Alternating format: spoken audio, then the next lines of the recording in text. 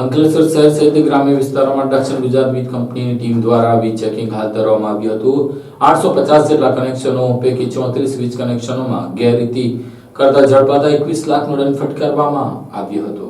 અંકલેશ્વરમાં આજે વહેલી પરોઢે વીજ કનેક્શનમાં ગેરરીતિ કરનારાઓની ડીજીવીસીએલની ટીમે આકસ્મિક ચેકિંગ હાથ ધરી ઊંઘ ઉડાવી દીધી હતી। અંકલેશ્વર શહેર અર્થાત ટાઉન વિસ્તાર તેમજ સબ ડિવિઝન અર્થાત ગ્રામીણ વિસ્તારોમાં આજે ડીજીવીસીએલની ટીમ દ્વારા આકસ્મિક ચેકિંગ હાથ ધરવામાં આવી હતી। શહેર અને ગ્રામીણ વિસ્તારમાં ડીજીવીસીએલની 14 જેટલી ટીમો દ્વારા આશરે 850 કરતા વધારે વીજ કનેક્શનને તપાસવામાં આવ્યા હતા, જેમાં 34 જેટલા કનેક્શનમાં ગેરરીતિ ઝડપાઈ હતી। ડીજીવીસીએલની ટીમ દ્વારા વીજ ચોરી કરનાર અથવા તો વીજ કનેક્શન સાથે ચેડા કરી ગેરરીતિ આચરનાર 34 વીજ કનેક્શન ધારકોને 21 લાખ રૂપિયાનો દંડ ફટકારવામાં આવ્યો હતો। ડીજીવીસીએલ દ્વારા વીજ ચોરી અટકાવવા માટે સમયાંતરે વીજ ચેકિંગ હાથ ધરવામાં આવે છે, ત્યારે આજે વહેલી પરોઢે ડીજીવીસીએલની સ્થાનિક ટીમ દ્વારા ઓચિંતી વીજ ચેકિંગ હાથ ધરવામાં આવતા વીજ ચોરી કરનાર તત્વોમાં ફફડાટ વ્યાપી ગયો હતો।